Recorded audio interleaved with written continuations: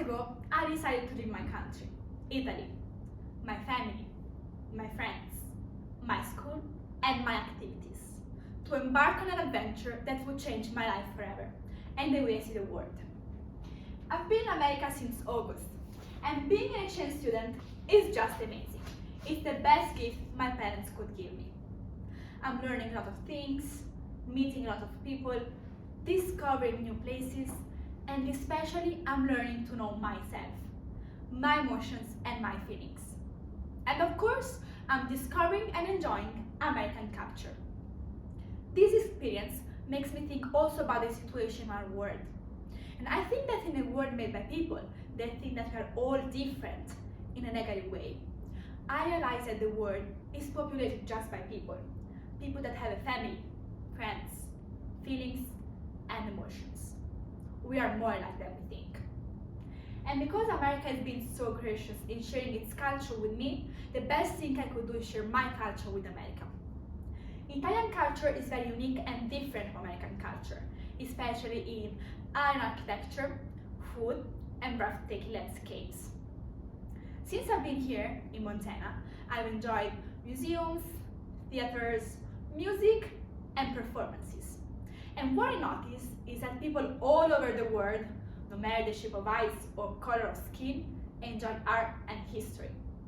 So maybe people that come from Italy or people that come from Montana, well, we are not that different.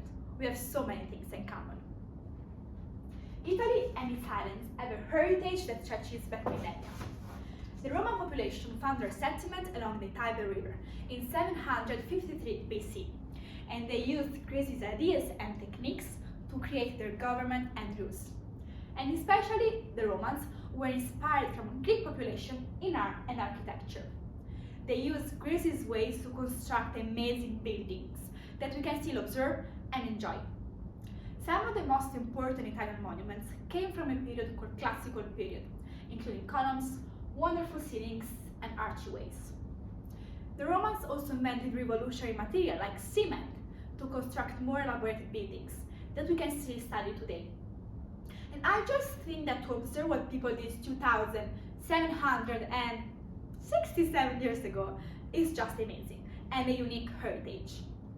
I also would like to take a little moment to say hi to my Grammy, that lives right here. Ciao! I miss you. It is that the reason because of iron architecture is so important and we have to know about it. The amount and quality that Romans, Greeks and other populations like us is wonderful and an important way to know about history and traditions. Another important tradition in Italy is creating delicious food, and the history of some famous dishes is valuable to learn about. I'm discovering America also from the culinary point of view.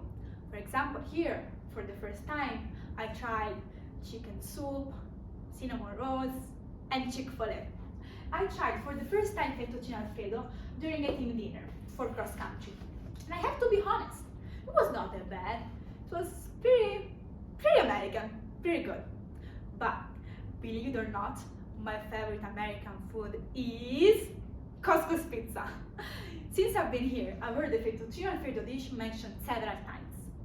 Everyone told me that fettuccine alfredo is an Italian dish. But actually, I've never heard about fettuccine alfredo. So, is this famous dish Italian or American? It all began with a great love in Rome. A man called Alfredo di Lelio invented this famous dish for his wife, Ines. After the birth of their first child, Ines asked her husband to cook something to restore her strength. From this moment, Alfredo's dish became so popular and brought him immense fortune in the following years. In 1950, Alfredo and his son, Armando, opened a real restaurant called Il Vero Alfredo. Alfredo's restaurant became so popular in the United States too, mainly in Hollywood, especially thanks to a couple from American silent cinema, Douglas Fairbanks and Mary Pickford. The two admirers of fettuccine alfredo gave a gift to Alfredo and Armando. Two gold serving pieces engraved with their names to thank them for their hospitality. And the pieces are still used today to toast the fettuccine. Now, this famous dish is more popular in America than in Italy. In fact, February 7th is the day dedicated to this dish in America. In Italy, it is almost impossible to find fettuccine alfredo on restaurant menus. So we can say that fettuccine alfredo is actually Italian, but now almost nobody knows about this dish, while in America it is so popular and common. One of the most popular things to admire here in Montana, besides fettuccine alfredo, is your wonderful nature. Mountains, lakes, forests, and beautiful parks, like Glacier National Park. The first time that I visited, I had no words. It was just gorgeous, a nature that I've never experienced. In Italy, we can observe a lot of beautiful monuments that carry with them a unique heritage. And while the nature is different, for example, in big cities like Milan, where I live, we cannot see the stars because of the lights of the big industries.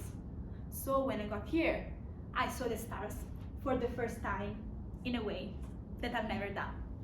My favorite place in Italy is the Amalfi Coast, a place that everyone should visit and enjoy. There the nature is just fantastic. Hercules, while he was traveling the world, he met a beautiful creature that lives among the vegetation and the sea, along the Mediterranean coast. She's a nymph, Amalfi. Hercules fell in love with Amalfi, and Amalfi fell in love with him. Their deep love was so strong and powerful, but it was destined for unhappiness.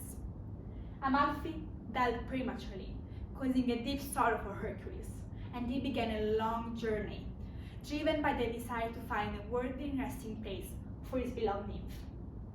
He eventually arrived on the Campanian coastline, at the point where the Latari Mountains meet the sea. The crystal-clear water, the sunlight, and the greenery growing peacefully on the mountains make this place unique and enchanting, perfect to eternally revive the splendor of his beloved nymph. The Amalfi Coast, declared a UNESCO World Heritage Site, is one of the most beautiful places to visit in Italy and in the world.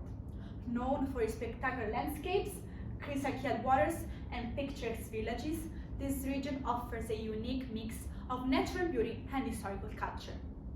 Tourists and visitors can explore the narrow street of Amalfi and admire the beauty of Positano and Ravello. Amalfi was one of the four maritime republics, and today we can still observe its history from the Cathedral of St. Andrew that is in the center of this gorgeous place. Positano is rich in colors and houses perched above the sea, and is a symbol of romance. Ravello is known for its gardens and classical music that is a symbol for people all over the world. It is so important to visit this place and know about its history because we will be able to understand and enjoy all the Italian nature and breathtaking landscapes that this beautiful country has. So, we can say that Italy and America have a lot of things in common and a lot of things that are different. Italy has beautiful monuments full of history, love, and sacrifices, and we can learn a lot of things just by observing buildings.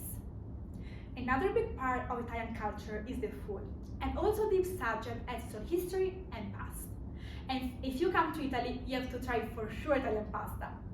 And maybe go to Rome, where fettuccine alfredo was born.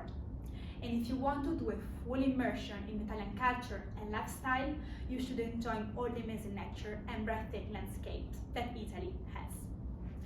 As an Italian exchange student that is enjoying this memorable experience that I'm doing, sharing my culture with America is the best thing I can do, and the best way to bring a little of my story right here. And as an Italian person, I believe that sharing Italian culture, art, history, no matter which part of the world I am, could be the bridge to connect people together, making Italy not just a beautiful place to visit, but a dream to live.